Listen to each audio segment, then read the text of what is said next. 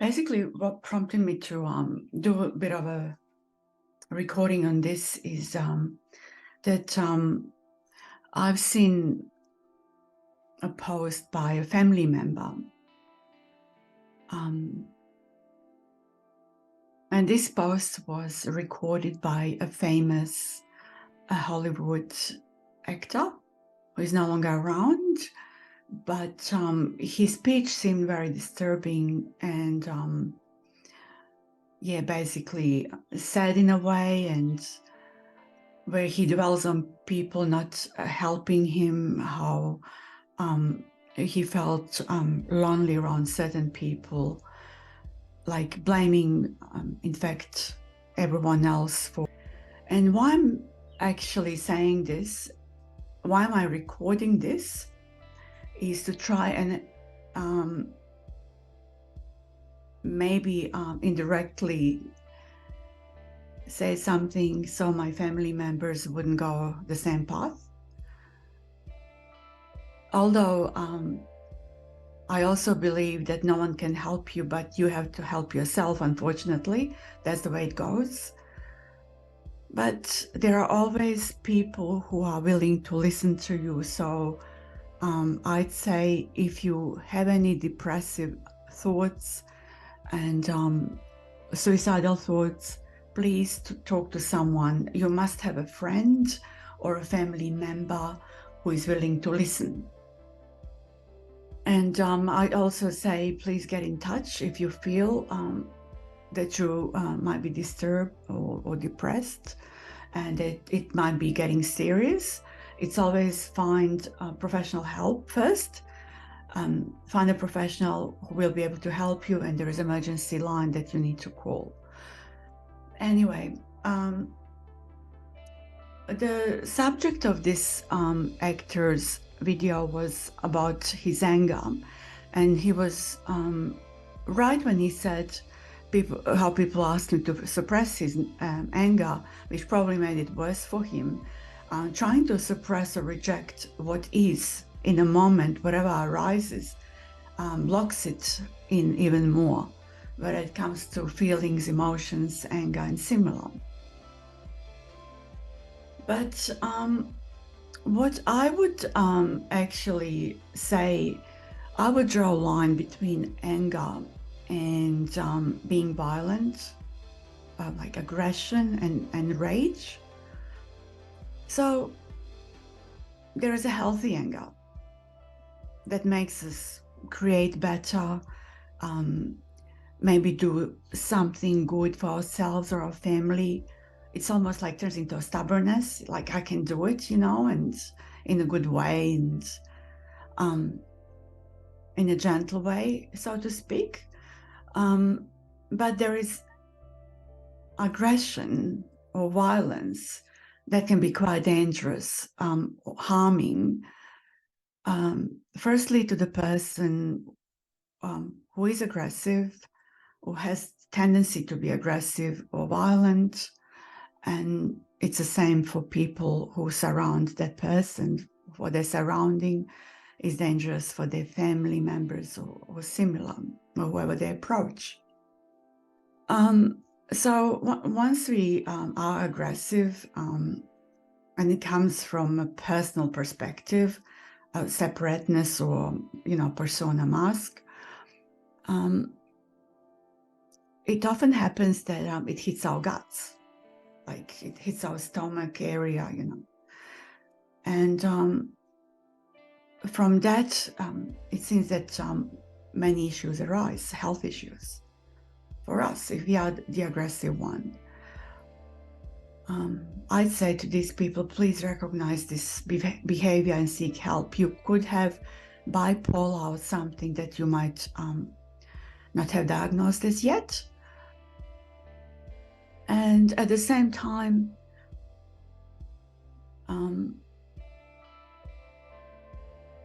aggressive people seem to put blame on external world, like it's everyone's fault, it's the government's fault, it's society, it's my family, it's my partner, my parents, my child. And yeah, basically that anger gets fed, and because that's what we believe in. The problem is in belief that someone has done something to us. So what believes? It's the mind. Basically, most of us get sucked in, by mind, and it drives us crazy in the end. It's like chasing its own tail, never ending. And if there is a negative thought or depressive thought, we might grab onto it and identify ourselves with the thought, which we are not what we are. We are not the thought. Thought is just energy arising, same as the wind, but it passes, see that thought is going to pass, At the same time, if we try to push the thought, we will lock it in. So it's hard to win. So what do I do? You might have to leave it as it is, or occupy yourself with something you love, focus on something. And if you have a hobby, focus on that. And maybe if you like painting, just paint. If you like sewing, just sew. Dance, sing, if you like singing. Sing your favorite song. If you like music, record the music, play guitar, play an instrument. Do something you love doing, and you know yourself what it is. And that might get that edge of your thinking. In the meantime, maybe the quick one is, okay, one thought arises, you breathe it out. Another thought comes in, you breathe in a new thought, you breathe out the old thought. If it gets stale, might congest us, just hits our chest and makes us sick. So you might go like a little bit, I'll exhale this thought and let a new one come in. Although if it's an effort, it can be also, it doesn't work always because it should be effortless normally. Preoccupying ourselves with something else, like a little child forgetting, about the toy that it grabbed before. When we give it something else to play with, we manage to trick the child. It's the same with the thoughts. Just find something you love doing, same as a child. I would like to pinpoint this on people who tend to blame everyone constantly on their bad life, suffering. We all have good and bads, but some people tend to blame always third party or the others about their misfortune, or believe in misfortune. So they would go, when the tree is falling, there is no one around it, and things like that. I'd say we all have to look into ourselves, but I can speak that from my personal experience. We have to look into it ourselves and find what's the real issue and find who we truly are. Am I this thinker of these negative thoughts? Does it need to be that way? Maybe it's not always others. Maybe the problem is here. Maybe I should just work it out to see what I am. Where the problem is why I dwell on this, looking into other people's backyards, but never looking into my own backyard. And what we tend to do is, for instance, we get used to things like seeing a partner caring for us, bringing food in, doing shopping, cooking for us, doing washing for us, paying the bills for us. But we don't see it. We are so used to it that we try to find that rotten bit on a pear, a little tiny little dot, rather than just taking it out and eating the rest of the pear that is healthy.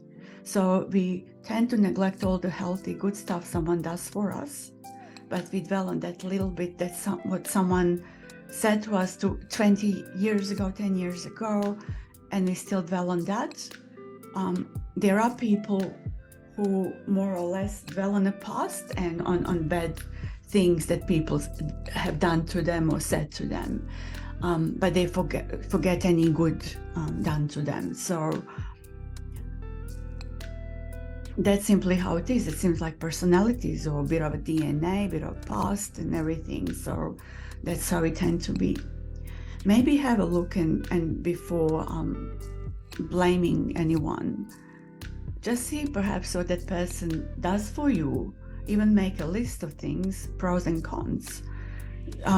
Write down a list of who paid the bills for the last 6 months or a year. On another list, just write stuff you did not like about that person. And maybe write down how many times that person cooked for you, or what kind of food they made for you, or what they bought for you in the last 6 months to a year, like clothes or perfumes, or it doesn't matter. It doesn't have to be materialistic, but just write down the bad words they said to you and write down neutral words they said to you, or something that might have upset you, or something nice they said to you, and do it for yourself and see if it's unreasonable truly, and if you are probably exaggerating a bit about the person.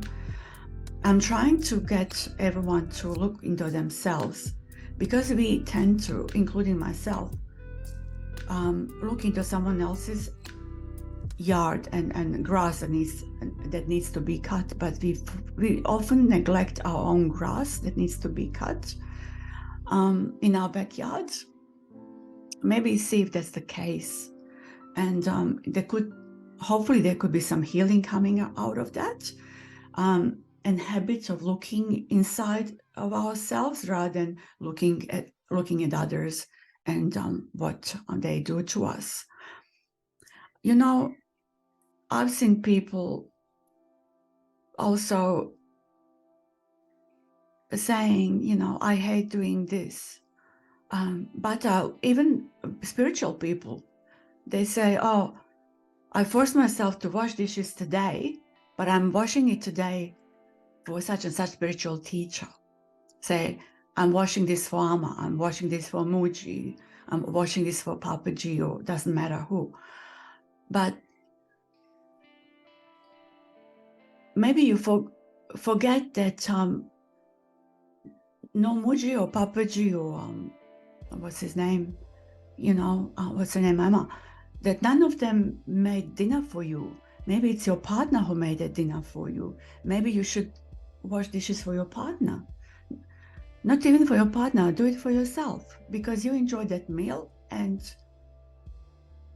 you might be doing yourself a favor. Your partner might be, looking forward to cooking your next meal if you wash dishes that night, if you help them wash. And that's my point is here. It's all sitting in our mind. That's all beliefs. But what beliefs are there if I don't think about them? What mind is there if I don't think? What bad partner is there if I don't think they're a bad partner?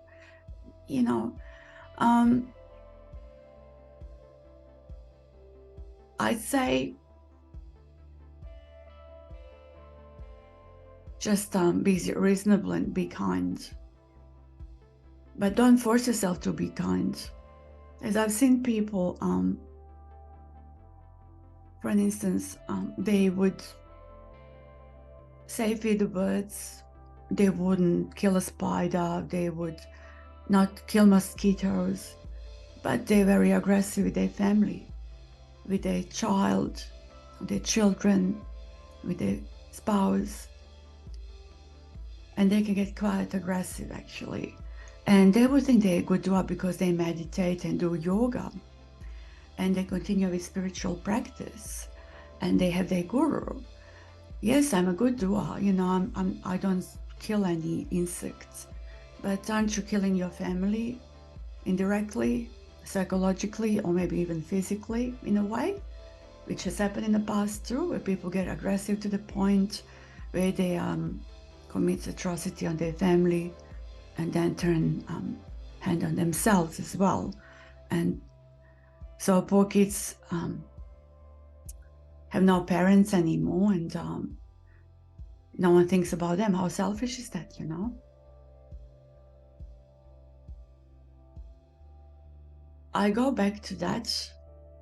If you're really kind, don't say I'm kind. And coming from personal perspective, you're doing it for yourself. I'm doing it for me. Me again, ego.